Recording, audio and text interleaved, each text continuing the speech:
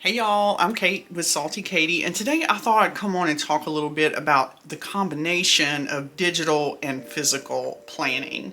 If you're new here, you don't know me, I run Salty Katie. I make all different sizes of jelly cover and accessory for a living. If you'd like to have a look at that, I'm on saltykatie.com, and I'm also on Instagram a good deal more than I am on YouTube. I just don't have the time.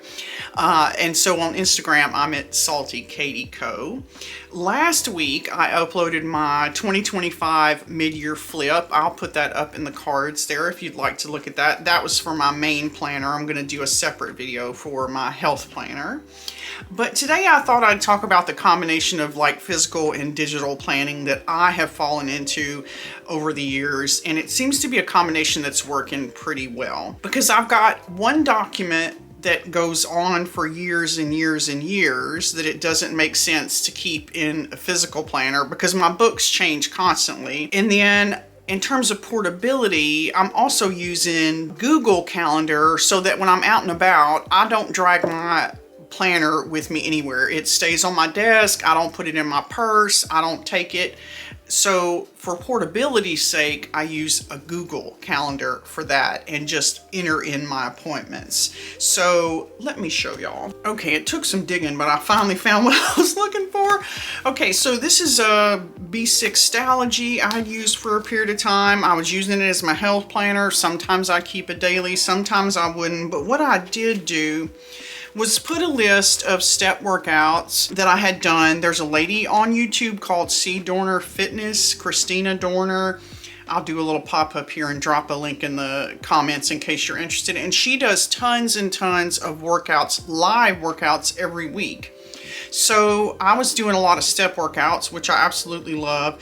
And to keep track of which ones I liked and which ones I didn't, which ones were more complicated, which ones were, slower or whatever, depending on my needs for that day, I would kind of keep track of that here. Number 251, 179, 312, there's that many workouts available.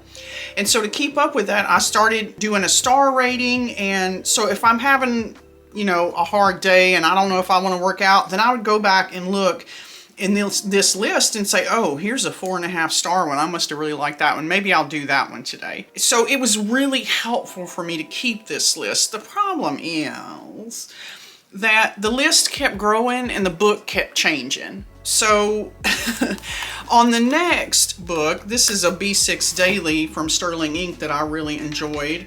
What I ended up doing was scanning in those lists from my other B6, printing them on a big washi sticker essentially, and putting them in this book. So here's the first 3 pages from the previous book. Now, while I was in this B6 book, I added another page and another page, and then the book changed again. So you see where I'm going with this. It didn't make sense to keep putting stickers in the next book, the next book, the next book to keep up with all the hundreds of available workouts, because this information has been super useful to me. Like, I would just roll down here and look at the star rating. If I see something that's like 4 stars or better, I'm like, ooh, maybe I want to do that one. 30-minute no breakdown step, intermediate, 134 BPM, really good choreo, goes fast, decent music, perfect for days I don't want advanced. That's super useful information to me. Like when I'm getting ready to work out, it's like 4 something in the morning and I don't want to do a lot of thinking about what workout I'm going to do. This list works great for that. So what I ended up doing was using a digital notes app. This is Good Notes. I have my concerns, but whatever. I'm trying to learn how to use it. I don't find that it's all that intuitive. So what I just clicked on, I've got this seafoam green notebook that I purchased from a maker on Etsy, and it's just a PDF document with a bunch of different notebook pages in it. And in that notebook, you can add images. So these are the images of all those notes on step workouts that I got through showing you. And now this is actually in Good Notes. These are pages that I've inserted from my previous notes. This is actually in Good Notes. And now I can add the actual video link. I don't know if you can see that on screen. You see the little green videos? Those are hyperlinks. They will take me to that YouTube video. So in terms of usefulness for this document, it doesn't make sense to me that it be paper, right? I mean, because it continues to grow, it goes across multiple years, multiple books. So now I've made it digital because it makes better sense for it to be digital. So as this document continues to grow, there's no end of pages that I can do in this book. See, look at all of them. And if I move to the non-bookmark pages, there's even more. Tons and tons of pages available. So I'll never grow out of it, basically. No matter how many workouts I want to collect over time. So that's one option where digital makes better sense than paper if it's a long running document. I think this makes a lot better sense. So I've been using my Apple Pencil to continue to add the workouts and the numbers, the dates, and now I can add hyperlinks, which is not easy, y'all. I have my problems with GoodNotes. I do not think it is intuitive at all how they have you add links. I have done it now 4 or 5 different times. I still don't know how to do it. I have to look it up every time and then struggle every time trying to get it done. And I'm no dumbass, y'all.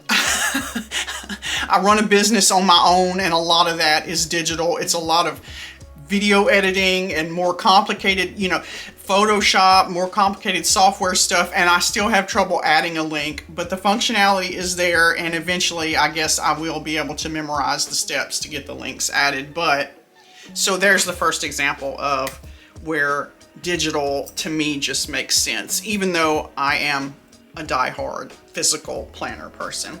So the next thing I wanted to show is just my Google Calendar. This is this month. Today's the 11th. This video hopefully will go up on the 13th. There's all my appointments, and it's basically the same thing that is listed in my physical planner, but it's portable. I do not carry this big old thing around with me. Sometimes I wear a purse that's this big. So I don't drag it around. When I'm at the doctor's office, I pull it up on my phone and I'm like, yeah, let's do for blah, blah, 3 weeks from now, whatever. And it's there. It keeps my birthdays. It keeps all the holidays, all my timed appointments, my tasks. Here's a task right here that says call the courthouse. Your hoe has jury duty.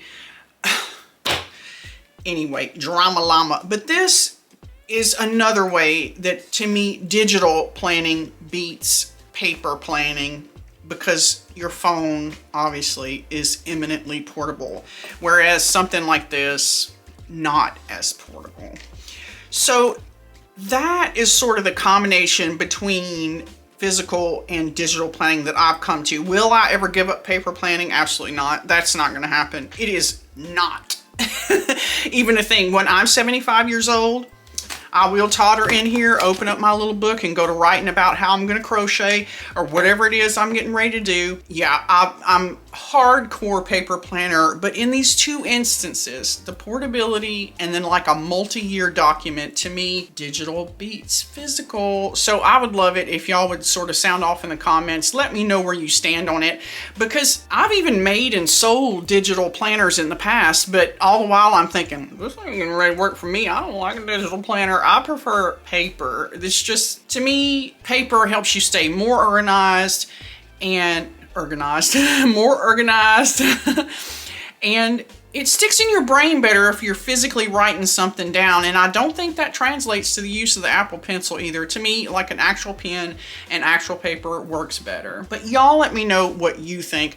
I'd like to hear if you do a combination of digital and physical planning, because I think it just works. So y'all let me know down in the comments. And then hopefully next week I'll be back with a sort of a mid-year flip and like a change up a little bit of my system for my health planner that has been working a lot better than sort of I've been working in the same system, but I made a couple tweaks recently that made it way more useful. So I thought I'd share that with y'all hopefully next week.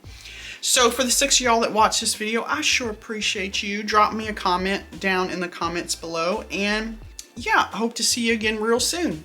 Bye, y'all.